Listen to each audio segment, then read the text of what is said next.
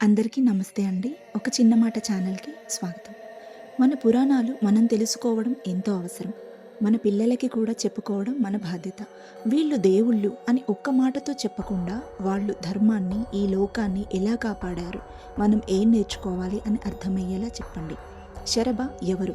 శరభ మహాదేవుడైన శివుని యొక్క ఉగ్రరూపం.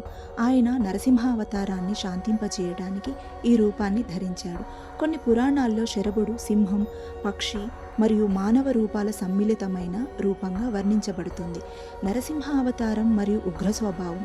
విష్ణువు నరసింహం రూపంలో హిరణ్యాక్షకుడిని సంహరించిన తరువాత ఆయన ఉగ్రరూపం తగ్గలేదు.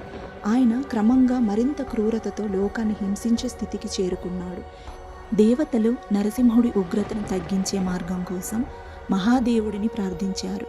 శివుడు స్వయంగా ఈ సమస్యను పరిష్కరించేందుకు కొత్త అవతారం తీసుకోవాలని నిర్ణయించుకున్నాడు. శివుడు శరభేశ్వరుడిగా అవతరించాడు. ఈ రూపంలో ఆయనకు 8 లేదా 12 చేతులు, 2 పెద్ద రెక్కలు, సింహం మరియు గరుడ రూపాల మిశ్రమంగా ఉంటాయి. శరభుడు నరసింహుడిని సమర్థవంతంగా అదుపులోకి తీసుకువచ్చి ఆయనను శాంతింపజేశాడు. దీనివల్ల లోకంలో శాంతి స్థాపించబడింది. లింగ పురాణం, శివ పురాణం, స్కంద పురాణం వంటి గ్రంథాల్లో ఈ కథ ప్రస్తావించబడింది. శరభేశ్వరుడు భక్తులకు అభయప్రదాతగా భావించబడతాడు. ప్రధానంగా శైవ సాంప్రదాయాల్లో శరభేశ్వరునికి ప్రత్యేక పూజలు జరుగుతాయి. తమిళనాడు, కర్ణాటక, ఆంధ్రప్రదేశ్లోని కొన్ని ఆలయాల్లో శరభేశ్వరుని విగ్రహాలు కనిపిస్తాయి.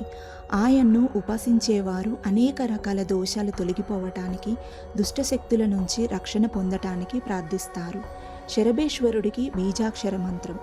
శివుని శరభేశ్వర స్వరూపానికి సంబంధించిన కొన్ని ప్రత్యేక మంత్రాలు ఉన్నాయి. అందులో ఒకటి ఓం శ్రం శ్రీం శ్రం శరభేశ్వరాయ నమః. వైష్ణవ సాంప్రదాయంలో శరభావతారం గురించి భిన్నమైన వ్యాఖ్యానాలు ఉన్నాయి. కొందరు శరభ అవతారాన్ని అంగీకరించరు. శైవ సాంప్రదాయంలో మాత్రం శరభేశ్వరుడు మహాదేవుడి అత్యంత శక్తివంతమైన రూపాల్లో ఒకటిగా భావించబడతాడు. మీకు ఈ శరభేశ్వరుడి కథ నచ్చితే లైక్ చేయండి, తెలిసిన వాళ్ళకి షేర్ చేయండి.